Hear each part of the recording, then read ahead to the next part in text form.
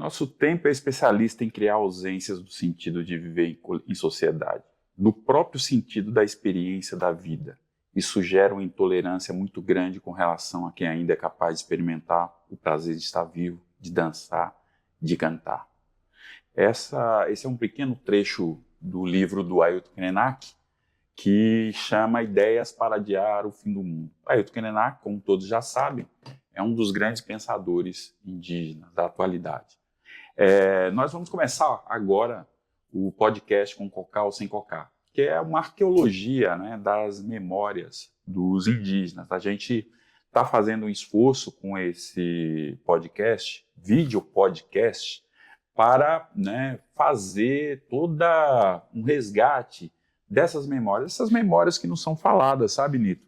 Sim. Que a gente sabe que são reais, são vivas, mas que não estão nos livros. E aí é por isso que a gente recorre a essa memória daquelas que são depositários, herdeiros, são aqueles que vivenciaram, né, essas memórias, essas histórias, né?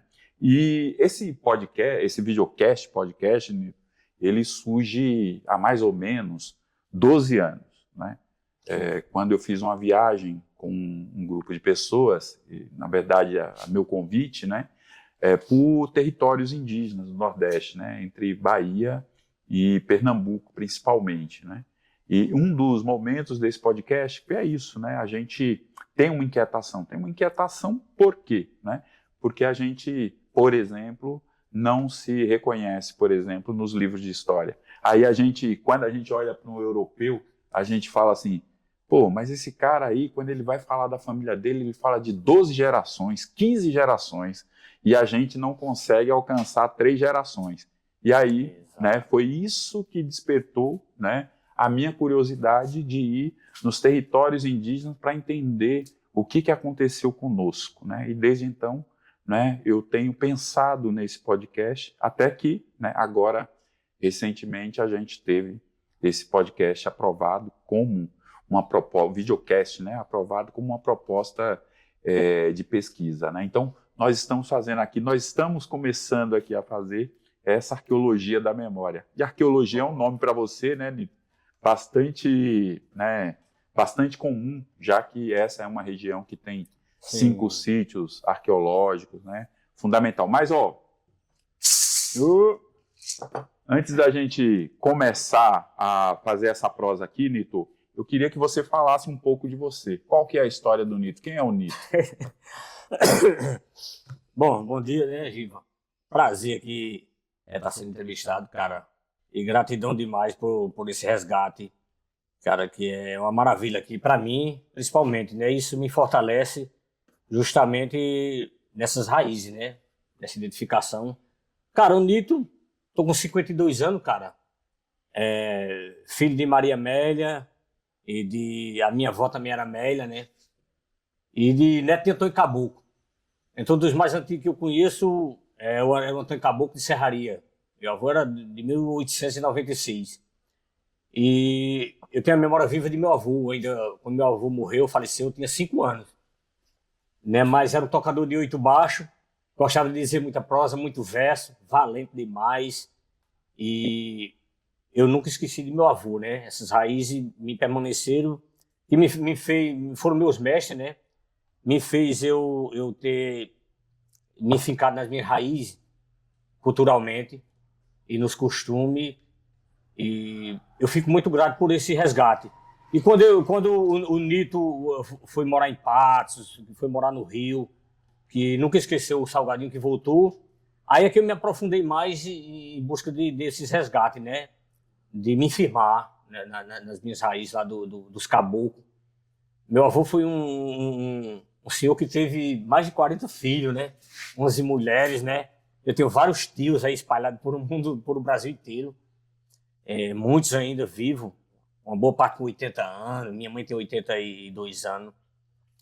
Então, cara, os caboclos aqui, eles estão enraizados desde dos primórdios, né? Como as inscrições mostram, né?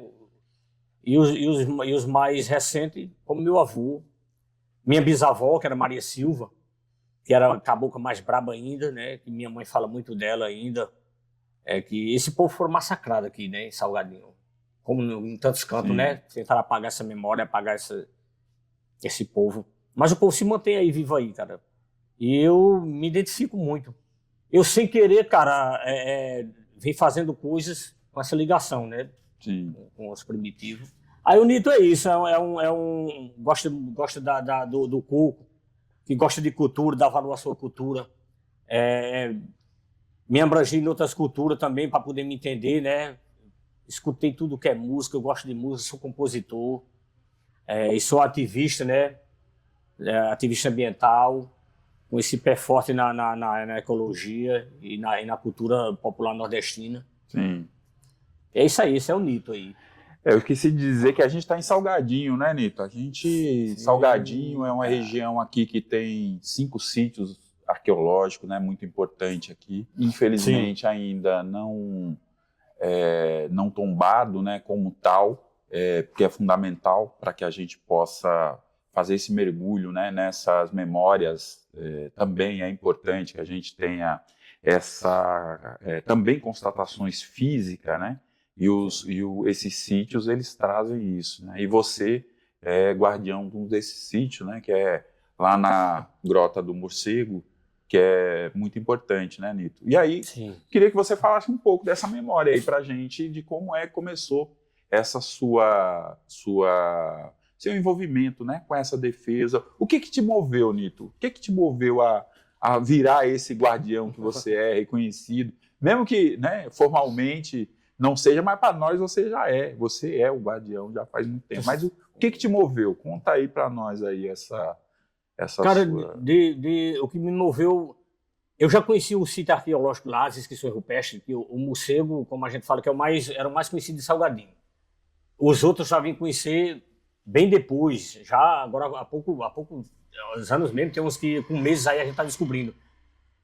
Eu conheci aquele letreiro quando eu era criança ainda, isso lá na década de final dos anos 70. E aqui ficou na memória aqueles riscos, naquelas gravuras, né, de pedra, né, que a senhora que era filha do dono do sítio lá, que ainda é uma senhora com 88 anos, viva. Eu fui embora para o Rio, depois fui embora para Passo, fui embora para o Rio, passei a metade dos anos 90 no Rio, mas nunca esqueci aquelas gravuras, né? Quando eu voltei do Rio, que eu queria me firmar aqui em Salgadinho, eu disse, eu vou tomar de conta daquele sítio. Porque quando vi falar muito do sítio em arqueológico, em a questão de Cabaceiro, o sítio Pai Mateus, eu digo, pô, aqui em Salgadinho a gente tem muito mais, cara, do que isso. Inclusive, na época, quando o Arnaldo Júnior esteve aqui, ele mesmo chegou a citar, Salgadinho tem 100 vezes mais do que Cabaceiro tem. E eu já estava lá, em 95, ainda fui embora para o Rio. Quando eu voltei em 98, cara, isso é uma riqueza maravilhosa, que pouca gente em Salgadinho conhecia aquilo ali. Pouca gente conhecia. Hoje a maioria do pessoal que conhece lá já foi... Deu tanto tá lá e todo dia. Cheguei até a quase morar lá no sítio Morcego, para tomar de conta. Porque muita gente ia, às vezes, queria escrever nas pedras e tal. Eu disse, cara, isso é de uma riqueza tremenda. Isso é um registro maravilhoso que a gente tem dos nossos ancestrais. Aí isso me moveu eu estar naquele lugar, né? A me tornar... E essa história do guardião já foi outras pessoas, né? Como a Juliana, como outras pessoas. Dito ser um guardião, que eu nem me achava um guardião de nada, né? Eu só achava que eu estava tomando de conta dali, porque eu achava que tinha que ser preservado, cara. Como tantos que a gente tem aí, e muita gente que vai lá, é só mais para danificar. A pessoa deixar seu nome, botar sua mão desenhada, né? E meu combate foi nisso, né, cara? Em preservar. Longe até de pensar em ganhar alguma coisa com aquilo. Sim. Ô, Nito, o que eu ganho muito mais preservando a nossa história. Né, me fala uma coisa, você tinha alguma sensação, percepção que isso tinha algum cruzamento já com a ancestralidade? Tu fazia algum cruzamento disso com os caboclos? Sim, cara. Sim. Eu sou muito emotivo, assim, né? De me arrepio e tal. Cara, aquela coisa ali me chamava, sabe, cara? Sim. É tanto que, pô, muita gente pergunta, o que tu vai ver ali, cara, num canto de difícil acesso, num canto que só leva couro, não ganha nada com aquilo ali. Mas era como, todo dia que eu chegava ali, era como a primeira vez que eu estava indo naquele lugar. Ele me chamava, me atraía, sabe, cara? E a energia é muito forte, cara. Quando eu chego nesses locais, principalmente no Morcego, Cara, é uma energia que como que eu já nasci ali. Alguma coisa de você é daqui, você é daqui. Muitas vezes tentei desistir daquilo ali, sabe? Muitas vezes tentei abandonar. Cheguei a abandonar, cheguei a dizer que não ia lá mais em cima devido a umas ocorrências que houve. Mas o tempo me levava para lá, me atraía, sabe? E a senhorinha lá, que era Maria Nogueira, que ela chamava Titã e Caboclo, quer dizer, não, eu sou sobrinho de Titã e Caboclo, que é uma cabocla também, né? Nascida e criada lá, só saiu de lá depois de 50 anos. Depois de 50 anos é que Maria Nogueira, quando o pai faleceu em 80, é aquela dessa aqui para Salgadinho. Sim. E ela, com essa questão de Titã e Caboclo, que era meu avô, e a gente já sabia que tem uma ligação muito forte, tanto que ela está até hoje com a gente, né, cara? E os caboclos, como habitou toda essa região, a gente tem sítio arqueológico ainda sendo descoberto hoje. Sim. Tem um que eu nem Porque conheço. aqui é curioso, né? Aqui é uma região de transição. De Sim. transição entre o Cariri e o sertão. Então aqui era cara. passagem. Então eu imagino, por exemplo, quando a gente vê muitos sítios, e eu concordo contigo, que deve ter muito mais sítios, região de transição também é região de ocupação, porque você transita por onde você sabe que você vai encontrar apoios, né? Ao longo... É só a gente pensar nos caminhos de Piabiru, né? Os caminhos de Piabiru é isso, né? Você tem os caminhos que ligam do Atlântico ao Pacífico e ao longo você vai tendo entrepostos, né? E isso já são caminhos milenares, né? Que já tinha essa ligação dos povos, né? Que ia do Atlântico ao Pacífico, né? Aqui deve ter sido a mesma coisa. Aí eu tô intuindo, na verdade, né, Nito, tem que a universidade se envolver. Você falou que tem um processo nas nossas conversas, né?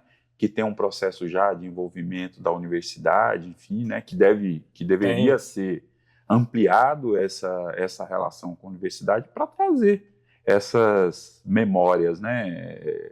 Que aí tem, né, esses cruzamentos que você vai falando, né, Nito? Pronto, sim, justamente. O professor Rogério, que é antropólogo, ele esteve aqui até antes da filha dele, que faz arqueologia. Sim. E a universidade que se interessou, porque na Paraíba não tem arqueologia, né? A Petra, que está desenvolvendo esse trabalho aqui com a gente, ela estuda em Pernambuco. Certo. Na Universidade Pernambucana. Petra é estudante de arqueologia, né? Isso. Que já teve até com os orientadores dela aqui. Um trabalho muito bacana que ela já fez. Inclusive tem trabalho lá já disponível. Ela apresentou até num congresso nacional de arqueologia. Aí o que acontece? Salgadinho, como você falou, indo lá para a transição. Nós estamos no centro da Paraíba. Sim. A distância mais ou menos daqui para o litoral, João Pessoa, é a mesma daqui para Cajazeira. Sim, exatamente. E essa cintura fina aqui, nós temos essa cinturinha, que do Rio Grande do Norte para Pernambuco só dá 70 quilômetros. Sim. E nós estamos aqui aqui, hora é Cariri aqui em cima, nessa chapada. Exato. E aqui nós estamos no Seridó Ocidental. E aqui, já a poucos quilômetros, a gente entra no sertão. Então, cara, o clima aqui é diferenciado, é a geografia todinha. Porque nós estamos na Serra da Viração, nós estamos na cima da Serra da Viração, uma pequena serra, dentro desse... Da Borborema, da Borborema, né? Que é gigantesco. Sim. Então, para entender... Aqui... E a Borborema vai só para o pessoal saber, Nito, porque você já está dando aula de geografia aí, que é importante aí para muita gente que é da Paraíba ou não é da Paraíba e não conhece tanto essa geografia, né? Que é uma serra gigantesca, né, cara? Que ocupa alguns estados do Nordeste, né? Mas que tem estudo que essa serra, ela aflora ali no Rio Grande do Norte, mas ela mergulha no mar lá nos Estados Unidos. Né? Aflora aqui e nós estamos em cima da Borborema, vários estados do Nordeste. E aqui em Salgadinho, onde nós estamos também a Paraíba toda em cima dessa serra, tem a Serra da Viração. O que é a Serra da Viração? Aqui no centro da Paraíba, onde a serra virou, onde ela quebrou mesmo. Você chegando aqui, você tem um desnível daqui para baixo de 300 metros de altitude. Sim. A água aqui, nós estamos no primeiro nascente da Penha-Coaçu, onde a terra corre para o Rio Grande do Norte. E aqui, vizinha Assunção, corre para Boqueirão, que corre para o litoral em João Pessoa. Então, geograficamente, era mais fácil e mais baixo para o pessoal que vinha do sertão e indo para o litoral, era mais fácil ir para o Salgadinho, porque não tem serra. Sim. Aqui a gente tem uma ladeira muito baixa, aí vocês já presenciaram. Sim. A Serra de Santa Luzia é muito alta e a de Teixeira também. E a maioria dos tropeiros optavam por aqui. Sim. Essa passagem. E então Salgadinho surgiu nessa pegada dos tropeiros, de estar aqui acampado em cima de um olho d'água, que é uma nascente gigantesca. como eu já falei, do Pinha-Coaçu. E o salgadinho, quem deu a origem foi os tropeiros da Borborema, né, que a gente chama os tropeiros. Eles acampavam aqui antes da serra, em busca de água e de comercializar, surgiu o salgadinho, o olho d'água de salgadinho. Então era muito mais fácil essa transição aqui, e muito mais baixa. Que já deveria também ser, né, Nito, caminho dos povos aqui, né? Ah, com certeza. Já era caminho dos povos. Sem dúvida. Há milhares de anos as pessoas transitavam por aqui. Sim. Olha, um local como esse aqui, dessa nascente aqui, se você percorrer, tem um aglomerado de sítio arqueológico, né? Sim. Em todos os lados de Salgadinho, em toda, né, nessa orientação. Lá do sul, lá do norte, leste e oeste. E para seguir em frente aí a gente já vai ter os outros sítios também descendo para o sertão. Então Salgadinho ele tem até mais do que outros locais, porque era mais fácil, já era uma transição milenar e depois veio os tropeiros. A minha mãe chegando aí, vamos ter que cortar aí. Não tem problema não, vamos tocando. Oi mãe, aí mãe, Dona Maria Amélia aí. Tudo bem, Dona Maria Amélia? Estamos aqui numa conversa aqui com o Nito gravando, daqui a pouco a gente fala com a senhora, tá bom? Entra aí, mãe, a benção. Mas podemos continuar, Nito. Não, é isso mesmo, tranquilo. Bom, sem dúvida já era caminho milenares desse povo e assim foi sucessivamente, né? Aí depois vieram a civilização, né? Essa questão a gente tem vestígio do jesuíta aqui. Que não é civilização, na verdade, né? Sim, até entre aspas, né? Justamente. A civilização, vamos dizer, europeia, né? Moderna, que vieram para aqui. Cultura europeia. Né? Que já foi outro povo que adrentou isso aqui, que inclusive ajudaram a dizimar esse povo daqui, né? Sim. Que a gente tem vestígio concreto, posso mostrar a vocês e as histórias, que esse pessoal quando chegou aqui, lá no Olho d'Água, que a gente chama igrejinha, onde tem esse senhor rupestre, esse pessoal começou a aterrar os olhos d'água. Sim. Para tomar de conta das terras e expulsar os nativos daqui, os povos originários, né? Quer dizer, uma civilização moderna massacrando a originária, as nativas, né? É mais ou menos, Nito, o que hoje Israel faz lá na Palestina com o povo palestino, né? É a mesma coisa, né? Você vai criando dificuldade para o povo que está, você vai apagando os vestígios, né? Você vai dizendo, olha, não tinha, né? Porque por exemplo, quando a gente pensa em nós, nos povos indígenas, certo? O que o europeu dizia? Não tinha ninguém, era um território desabitado. Por isso nós descobrimos, não descobriu, né? A gente, já ao longo do tempo, né? A gente diz, tinha 1,5 milhão de indígenas, aí a gente sabe que era mentira, depois 3 milhões, 6 milhões. Hoje, Nito, lá na Amazônia tem um estudo lá, tem um arqueólogo da USP fazendo um trabalho lá na Amazônia brasileira, que diz o seguinte, que ali na Amazônia brasileira tinha cerca de 20 milhões, né? Tem uma série que chama Guerras no Brasil, que o Ayrton Krenak está no primeiro episódio, que ele fala que hoje, né, já se dá conta que tinha uns 40 milhões de indígenas aqui no momento da invasão, entendeu? Então, veja, né, a gente está lidando com um apagamento, porque isso é um apagamento enorme, né? É essa questão que a gente está aqui conversando, né? Exatamente. Eu tenho quando eu fazia um curso chamado Fé e Política, eu ganhei um livro falando sobre os povos indígenas. Eu tenho ele aí, por aí, se a gente achar, que é uma coisa que eu fiquei chocado quando eu li também. Porque na escola a gente não vê isso, né? A gente vê aqueles caras lá se vangloriando, achando que o cara dizendo que matou tanto índio, enfileirou, empareado e deu 7 quilômetros na areia. Cara, que coisa horrível, né? O cara relatava isso lá para Portugal como se fosse uma vitória, né, cara? Então, do jeito que esse cara fez lá, os caras chegaram aqui e aterraram nos olhos d'água. Exatamente. Porque meio me fascina, né, você espantar o povo, mas você matando de sede. Tirar a água primeiro, né? Você já falou, né, que os caras fazem lá. O Saddam Hussein fazia isso bem, né? Contaminava a água para os caras não beber e acabava com a... Então, nós tivemos isso aqui e tivemos depois o apagamento nessa questão até... nas escolas, cara, não se fala nada da gente, né? A gente não conhece, né? Chega um menino no ensino médio, que somos nós. O menino não sabe que tem uma cultura fortíssima aqui na nossa raiz indígena, nossas raízes negras, né, cara? Ninguém fala isso. O cara questiona, vê só a questão da cor da pele, né? Mas não vai além disso, né, cara? Vai muito além. E você vê como é que é interessante, né, Nito? Aí fico pensando assim, olha só que coisa interessante, né? Você tem a pele mais clara, olho mais claro, tal, mas A gente também viu fotos suas, né, que é um cabocão, né? E aí, claro, a depender de como você é exposto ao sol ou não, a sua pele fica mais escura ou não, enfim, né?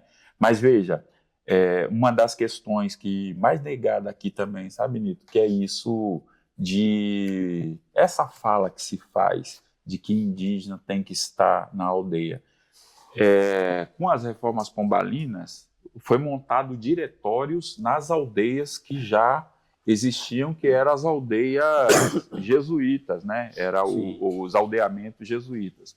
E aí, Nito, o que acontece? Em um determinado momento, que a Lígida tinha uma estrutura administrativa, os vereadores ali fizeram o quê? Olharam para os indígenas e falaram, olha, aqui não tem indígena, esse povo aí é pardo.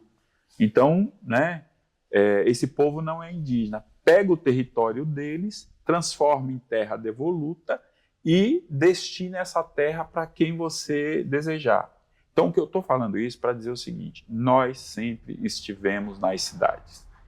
Entendeu? Sim. Nós sempre estivemos nas cidades. Eu estou falando do embrião das cidades aqui, né? Sim. E aí, veja só, aí você, né? Eu, você, outros, tantos outros, o João Topaz e outros que são indígenas e estiveram na cidade e essa memória foi apagada, construiu também uma dinâmica na cidade, né? Construiu uma vida na cidade, né? Nós nascemos nas cidades. Agora, veja, aí que é o terrível nessa história. O negro e a negra que nascem na cidade é negro. O branco e a branca que nascem na cidade é branco. Agora, o indígena que nasce na cidade não é indígena. Né? Porque, e aí tem essa coisa, Nito, que é o seguinte, você, né, apresenta para a gente, esse espaço seu aqui apresenta para a gente uma série de interesses. Você é uma pessoa inserida na cultura local, né? Porque a gente está falando de nitos que tem, até você falou, né? Pode me chamar de Lito Nito, né? Lito, né? Tanto faz. Porque, veja só, aí eu fiquei pensando nisso, né? Você é um nito, lito, que é chamado pela tradição, que é chamado pela sua ancestralidade, e um nito que está integrado, né? Não diria integrado, mas tem contribuído, tem pensado, foi influenciado por essa cultura e também influencia, né, essa cultura, porque você é um produtor, né, de arte, né? Você é um artesão, você é um músico, você é um letrista, você, né, tem uma contribuição enorme, né? E aí eu queria saber de você como é que você se sente, né?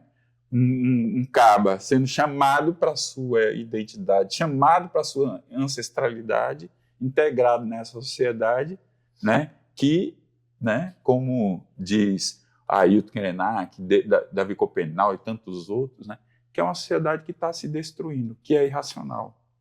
Né? A gente estava conversando sobre a questão ambiental, né? Cara, como é que é isso? Rapaz, o nordestino ele tende de ser sufocado na sua cultura, né? Como a gente vê hoje aí. O que é que aconteceu comigo? Eu já passei por essa fase também de questionamento, de recuar, de abandonar, de deixar. Devido a ter conhecido pessoas como vocês aqui, que me deram um estalo e me reativaram. Não, Nico, não desista, não. Que essa é a nossa verdadeira cultura. Porque eu já fui balançado. Por isso que eu andei muito no Brasil. Eu andei por esse Brasil conhecendo pessoas e vendo culturas diferentes e me identificando.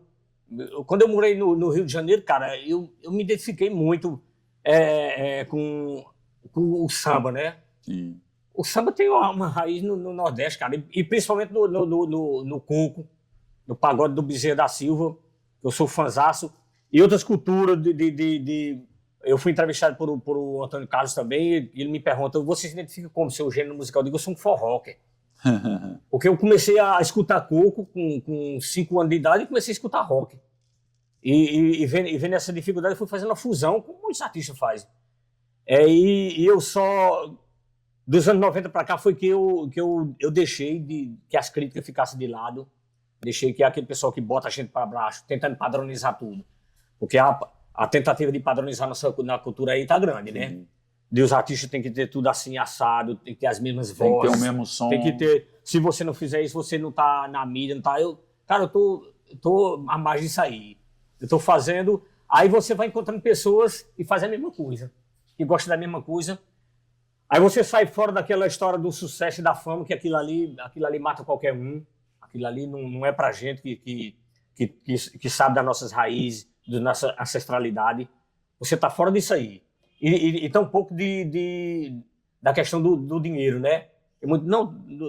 A tua música não tá dando dinheiro, abandona isso. O Antônio Carlos me despertou muito para essa questão e me mostrou outros artistas aí fazendo um trabalho maravilhoso, que eu fiz contato, fiz parceria já. Outro cara que foi meu mestre na infância, que foi o João Gonçalves também, que eu cheguei a conhecer, foi quem me deu esse estalo. Cara, não, você tá fazendo a coisa certa. Quando eu mostrei minha música para ele, uma coisa, quando você mostra a música, que o cara diz, sua música tá indo no caminho certo, aí você se revigora, né? Quando você chegar aqui de Nito, não, você não abandona lá o sítio morcego, não, que aquilo ali, cara, o trabalho que você faz é maravilhoso, sobre a questão ambiental, a questão de preservação, aí isso nos fortalece. Isso tudo me fortaleceu, cara. Conhecer vocês, conhecer tanta gente, aí foi onde eu abri minha mente, que eu tô fazendo cultura, tô fazendo arte, tô fazendo meu legado. Não é um legado para me aparecer, não, mas é que historicamente vai contribuir para meus filhos, para meus netos e para nossa arte em geral e nossa cultura. É isso aí, eu sou muito grato e gratidão a vocês. Mas, Nito, eu estava lembrando de uma conversa que a gente estava tendo ontem, né? Que o João estava lembrando que as árvores, elas se comunicam, né? Por baixo da terra, né? Eu penso que a gente tem também uma... Quando você fala sobre isso, né? A gente está falando dessa ligação, que é uma ligação ancestral, porque é diferente, Nito. A nossa relação, ela é diferente da relação eurocêntrica, né? Porque os caras trabalham com a ideia de individualismo. E nós não, nós sentimos essa necessidade do coletivo, né? Portanto, nós estamos ligados de um outro jeito, sim. Nós não estamos ligados por baixo, nós estamos ligados a partir, né, da nossa ancestralidade, não é isso? E aí, quando a gente se reconhece na outra pessoa, a gente está ativando essa nossa ligação, né? E aí isso nos fortalece, né? Porque você nos fortalece. Quando você fala isso, que a gente te fortalece, você nos fortalece também, sabe? Muito. Estar aqui com você hoje, conversar, aprender, né? A gente está aprendendo, né? Chegar aqui, saber da Grota do Morcego, saber desse trabalho que você tem feito aqui, né? Acho que tem um mergulho aí que o podcast, esse videocast, ele não tem condições de fazer, sabe, Nito? Mas ele tem condições de estimular, porque esse material, né, que está sendo financiado com recurso público, ele vai estar disponível em plataforma como o YouTube, como Spotify, como outras plataformas, né? E que outras pessoas vão ter acesso e vão também, né, ficar curiosas, né, em aprofundar. Quem são esses caboclos aí, Nito? Né? Que maravilha, cara. As pessoas vão querer entender quem são esses caboclos, qual a origem desses caboclos, por que esses caboclos estão lá. E aí aprofundando essas pesquisas, né, sobre a nossa memória, sobre a nossa história, né, que a gente vai se reconhecendo nesse mundo, né?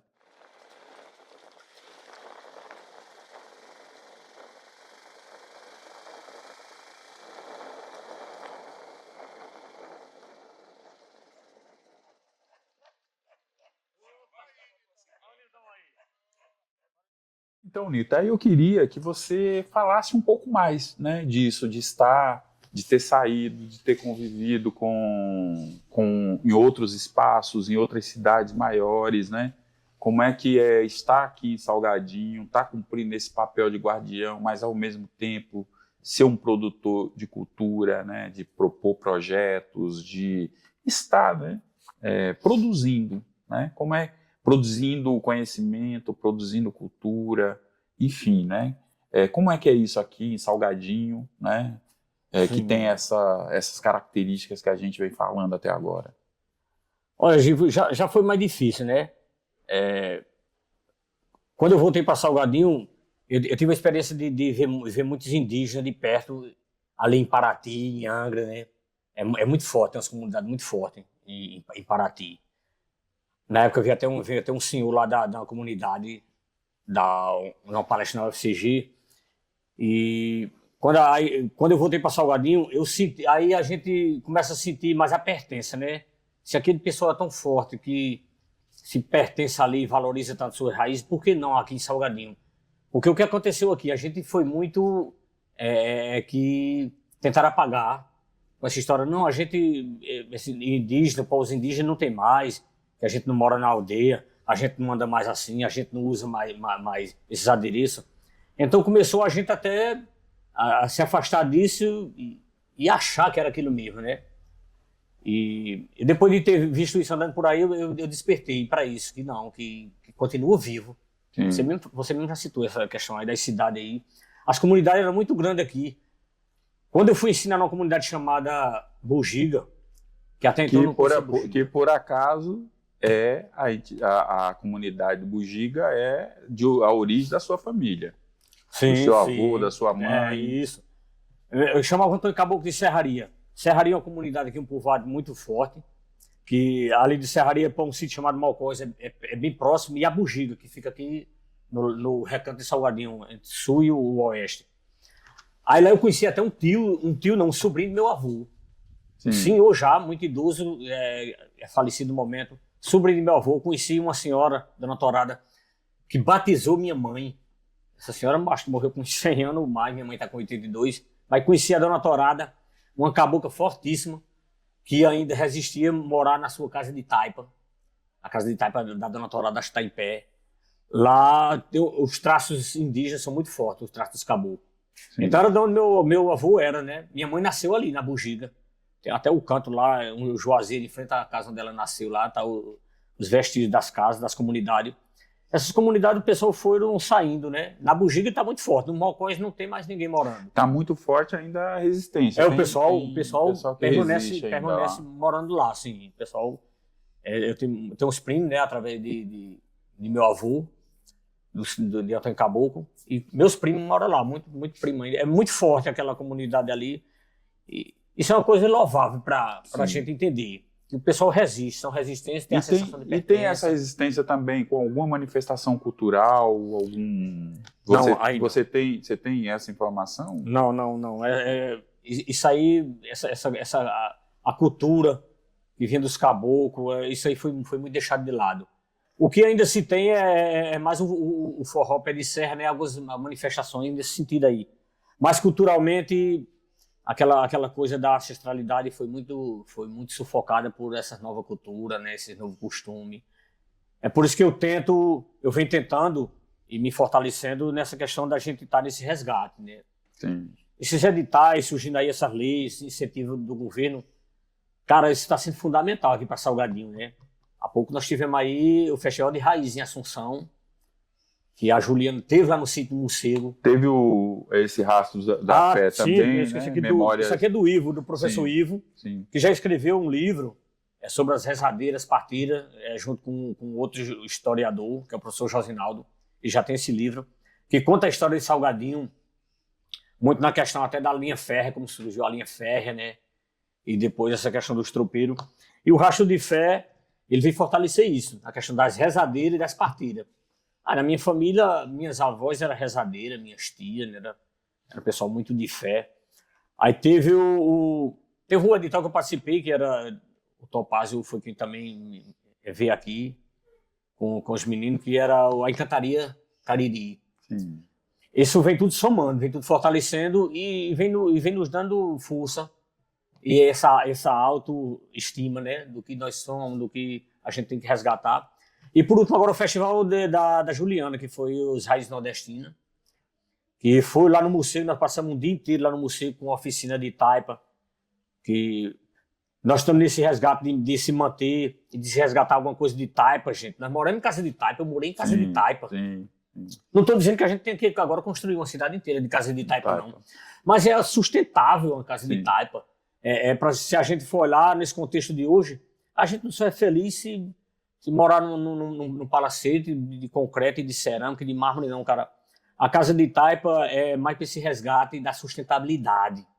Hoje, clima, do ambiente, né? Sim, hoje a taipa é essa bioconstrução, né? Ela é chamada. Chama né? bioconstrução. Mudaram os nomes que a gente deu, mas tudo bem, vamos lá, né? Se é em benefício. Eu chamo de taipa ainda porque eu sou. Não, mas é isso. Com essa linguagem antiga, né? É isso mesmo. Isso aí é besteira. Mas que é altamente recomendável, né? Altamente. Olha, se você olhar aqui na minha casa, eu sou um louco, né? Eu sou um maluco, beleza. Muita gente diz, não, Nito é doido, não sei o quê, não sei o quê. É questão de economia, não é questão de nada disso. É questão que eu gosto e que você pode fazer isso. A maior parte da minha casa é de material aproveitável. Sim, isso. De material reciclável.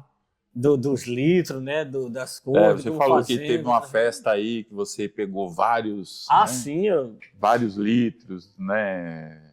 Isso. O material que era lixo, você trouxe para cá e aproveitou na casa. Exatamente. Né? Essas grandes festas que produzem toneladas de lixo, no outro dia fica litro de bebida demais.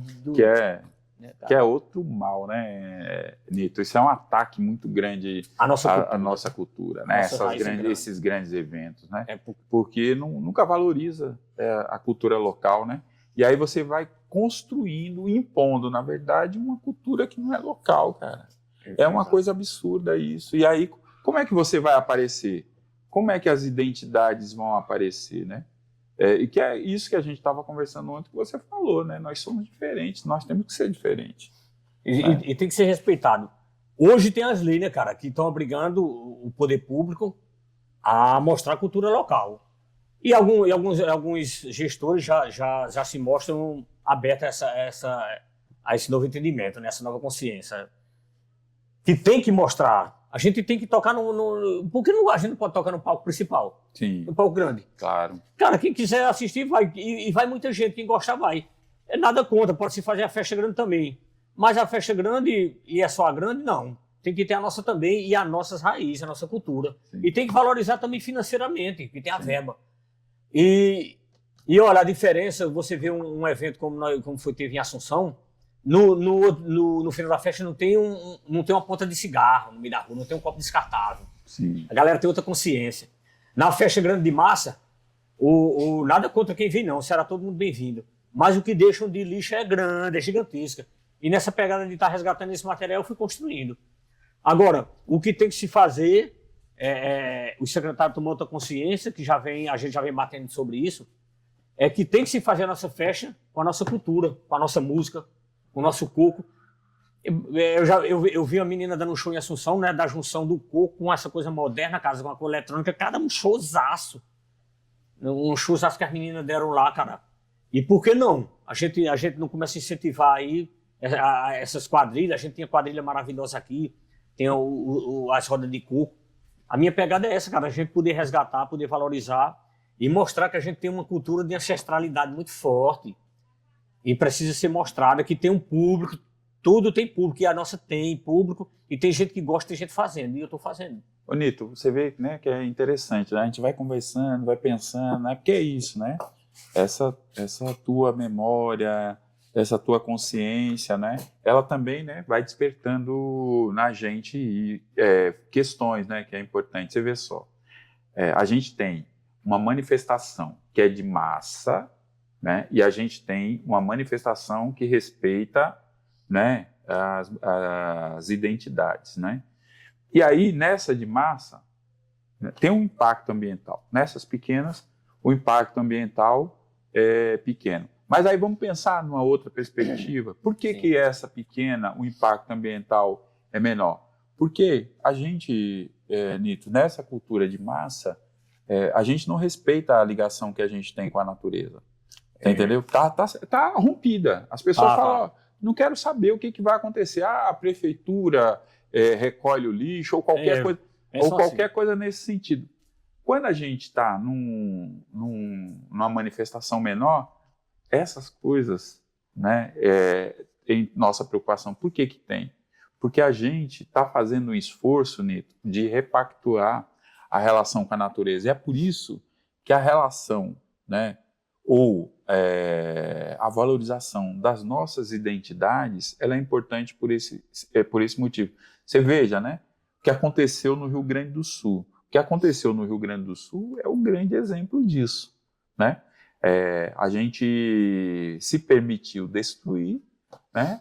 E agora a natureza está dizendo, oi, não só tem vocês aqui nesse planeta, não. Né? Manda aqui sou eu. E a gente precisa ter um outro tipo de convivência. Nesse sentido, o pensamento indígena e a relação com a natureza, ele é fundamental, Nito. Percebe?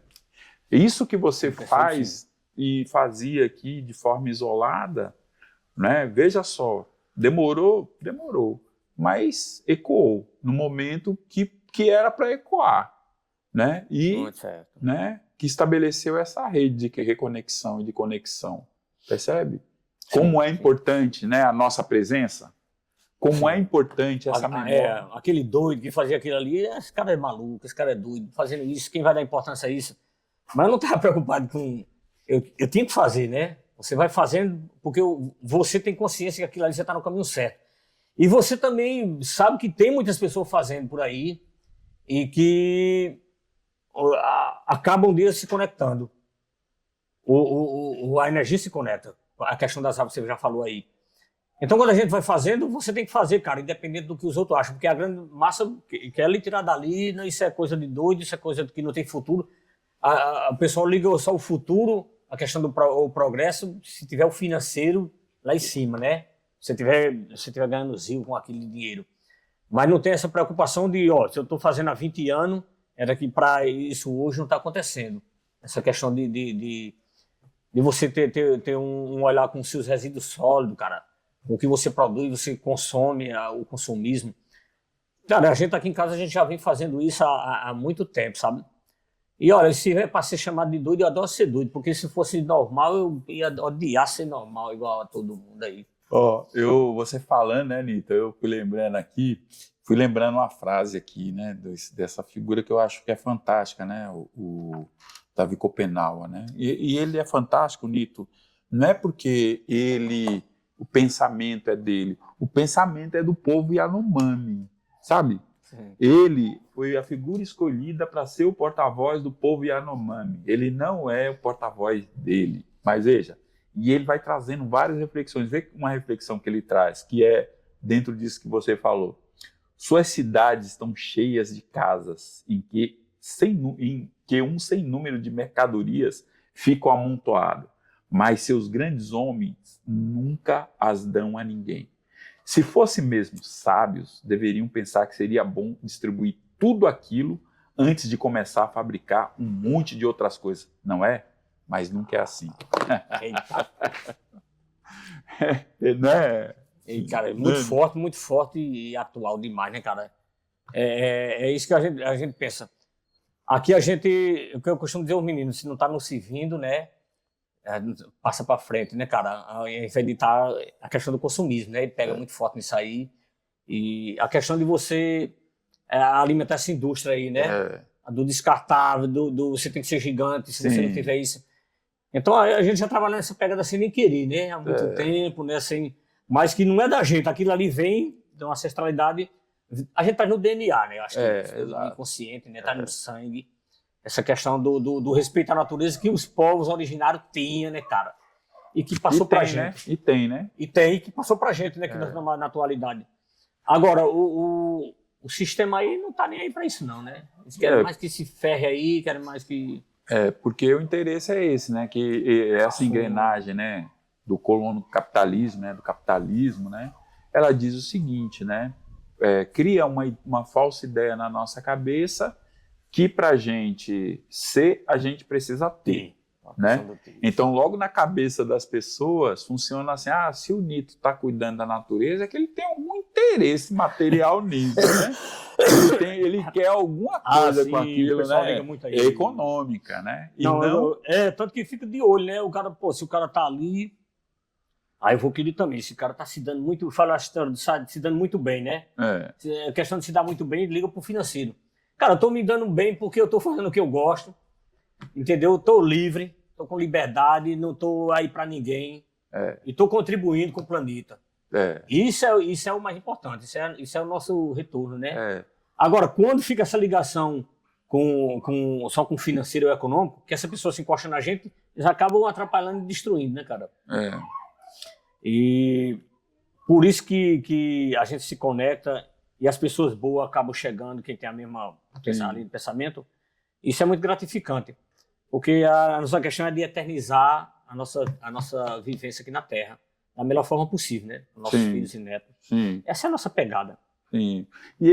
Porque qual que é a ideia de vida, né, Nito? Que aí a gente está falando sobre isso, né? Qual que é a ideia de vida, né? E aí, novamente, né? O Krenak, né? Eu acho que ele é uma dessas figuras que a gente precisa ler bastante, né? E eu estou dizendo assim, muito mais amplo do que os indígenas que já leem e tal e tudo mais. Que ele escreveu um livro recentemente, há uns 2 anos mais ou menos, que ele fala que a vida é inútil, né? E aí, por que, né, a vida é inútil? Porque o que é a vida? A vida é o tempo, né? O tempo, né? Então, veja, se você dá valor a coisas que tiram o seu tempo, a vida se torna inútil, pô. Entendeu? Então, a gente tem que construir uma vida que a gente tenha tempo, que a gente tenha tempo para conversar, que a gente tenha tempo para brincar, que a gente tenha tempo de estar com nossa família, que a gente tenha tempo de estar com a nossa comunidade, que a gente tenha tempo para ler, que a gente tenha tempo para viajar. Percebe?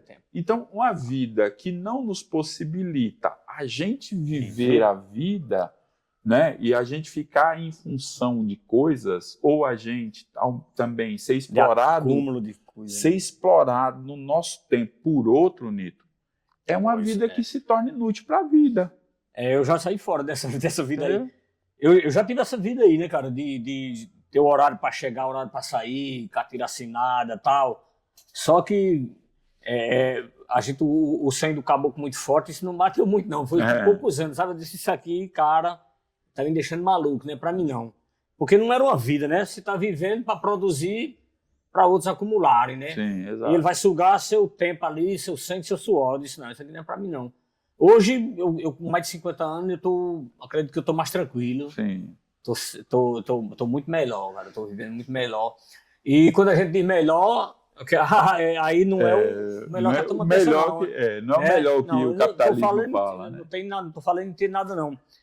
Se você ver aqui, uma porção de coisa que eu guardo aqui, que são os resgates do nossos antepassados, né? Só mais para contar uma história, né? Sim. Muita gente chega aqui perguntando quanto vale um ferro desse, né? Se eu vou vender, se eu vou vender outras coisas que eu achei por aí. Eu digo, cara, isso não é para vender, não. Isso aqui é a memória, a história. Eu até cheguei a pintar algumas coisas aqui, invernizar, para não perder esse valor financeiro que muita gente achava ou queria comprar. Disse, não, isso aqui não é nessa pegada, não, cara. Isso não é meu, isso faz parte aí de quem passou por aqui, tá só contando uma história aqui. Da memória, da história, exato. Eu também estava vendo agora que alguns falou aí que nessa pegada do escritor aí, a gente não foi feito para esfolar nosso corpo, de trabalhar não, cara. A gente foi feito para viver, porque eu escutei também aquele cara lá, o Mujica falava isso, né? Os caras ignoravam muito quando via um presidente andando no Fusca, cara. Pô, de chinelo, né? De chinelo, a mulher lavando roupa. O cara, pô, tua mulher lava roupa. Meu amigo, qualquer um da gente pode lavar roupa, eu lavo roupa também. Não sou diferente, né? Cara, isso aí nos dá mais vida, cara. E isso é que é o bom.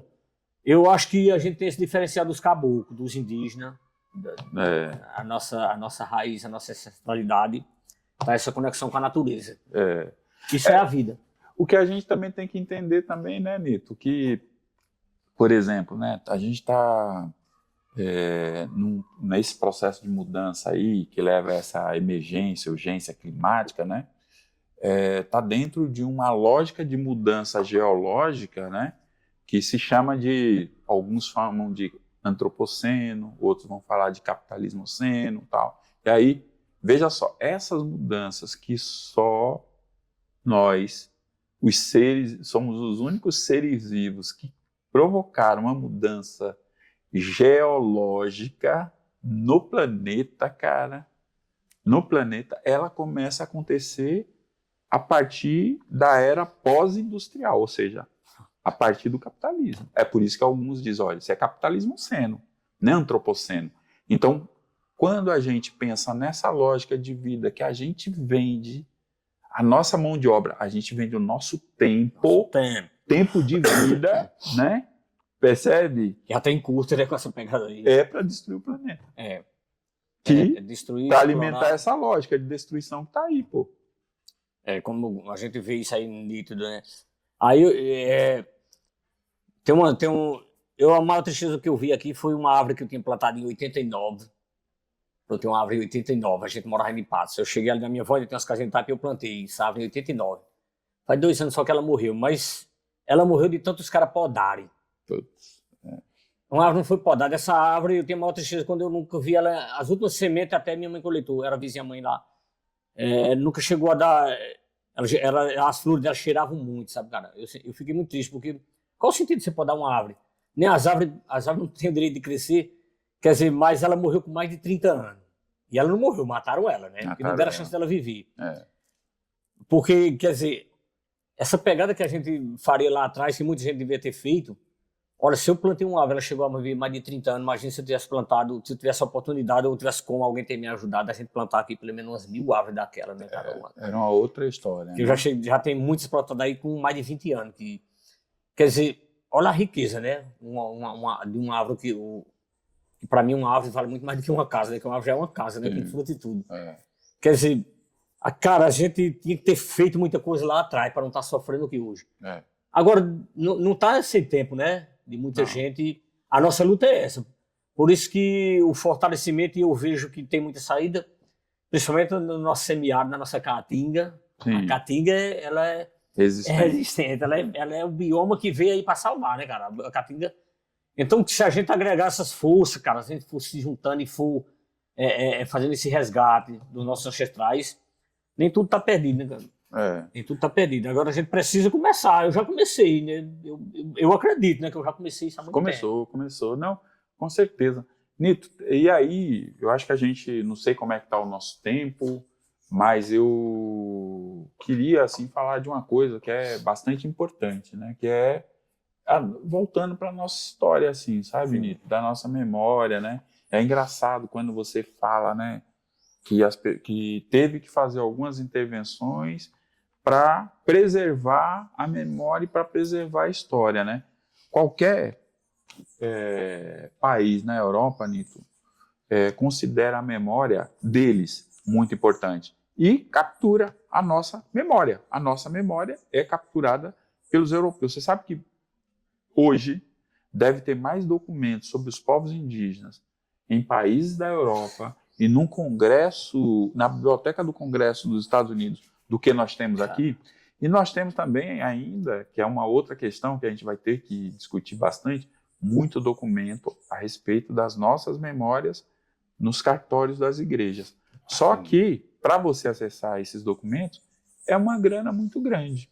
Então, a nossa memória, né? A nossa memória é uma memória, né, que a gente tem uma dificuldade de acessar. Eu estou dizendo isso, Nito, pelo seguinte: primeiro, esse valor da história, né? Quando você está fazendo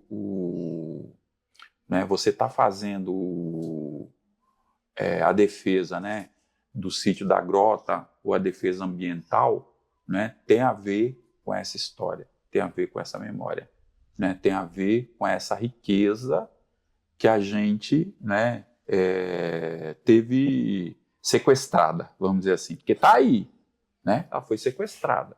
E aí eu penso que a gente também tem que se juntar, né? No final desse episódio, por exemplo, é importante que a gente dê as informações, né, sobre essa geografia daqui e as diversas possibilidades, de fazer uma defesa, né, desses sítios, né, fazer um chamamento para que a universidade possa se juntar a esse processo, né? Então, eu penso que é isso. E aí, Nito, eu queria, né, aí já a gente vai encaminhando aí para o final, eu queria que você, né, colocasse as questões que você acha que ainda é importante a gente colocar, né, sabendo da nossa limitação, como eu te falei, a gente não vai resolver, mas a gente, né, pode despertar outros, né, para que se junte a essa luta aqui ou outras lutas coletivas, mas a gente está falando desse lugar, que é um lugar importante, que tem sítio arqueológico, que tem uma dificuldade, você enquanto guardião, para manter, né, essa luta aqui, né? Aí você fica à vontade aí nisso. Bom, tá ok. Bom, a questão do sítio morcego, que o sítio morcego pertence a uma senhora que ainda é viva, né, que eu acho que é Maria Nogueira, não me pertence legalmente, né? Eu estou lá nessa questão de preservar. O que eu gostaria é que essa preservação continuasse, porque o acesso lá é muito difícil e esse acesso ele é difícil, mas ele é bom, porque mantém o lugar preservado. É até a questão da flora e da fauna. Se o acesso fosse fácil, seria muito fácil derrubar aquela mata, que tem uma mata fantástica preservada. O que é que eu almejo com isso? É que, se não for eu, seja o nosso povo que mantém aquilo ali preservado, cara. Porque é um lugar sagrado, como os outros sítios, tanto, né? Já tem esse trabalho dos arqueólogos, como a Pétala, o trabalho de vocês, o trabalho de tantos outros, e eu gostaria que isso se fortalecesse. E os que se acreditam que pertencem a esses ancestrais se juntassem a mim, se juntassem a nós, para fortalecer. Eu vi o João, que ele pesquisou lá, 2 pessoas se declararam indígenas em Salgadinho. Eu vou atrás dessas pessoas, né? Sim. Porque a gente precisa se conectar e se fortalecer. E manter o nosso lugar. Nós estamos a 250 quilômetros do litoral, aqui no centro da Paraíba. O nosso entorno, os nossos caboclos serão bem-vindos aqui. E eu quero encontrar muito essa gente, como encontrei vocês, e estou muito feliz, muito grato, para a gente fortalecer nossas raízes, nossa ancestralidade, fortalecer, e que isso possa ter mais reconhecimento e mais respeito. É isso. Eu ouvi dizer aí, minha gente, que o Nito ia me oferecer uma cachaça no final. Como é que é, Nito? Agora, tem a minha cachaça aqui, que é a pituca. Na verdade, eu pego a cachaça lá no engenho, né? E eu faço aí a pituca já denominou porque ela é uma misturada, é uma raizada. Opa. E essas raízes saem todas lá do morcego, né, cara? São cascas, são raízes e também tem o mel aqui dos meleiros. Opa. Aí eu denominei de pituca e tem a pimenta também pituca que eu planto. Opa. Sou agricultor também, sem dúvida. Então a nossa aí, a nós. Eu queria, primeiro, né, Nito, agradecer muito a você por ter nos recebido aqui, por ter se disponibilizado, né? Eu quero reforçar isso, que num episódio, né, de pouco tempo, né, 1 hora, não dá para a gente abordar, explorar tudo que a gente tem a explorar. Então, é até um chamamento, né, para aqueles que tenham desejo de contribuir, de ampliar, né, com essa compreensão, com o entendimento dos processos históricos, né, o Nito está aberto, né, para se receber, né, as pessoas a vir aqui, né.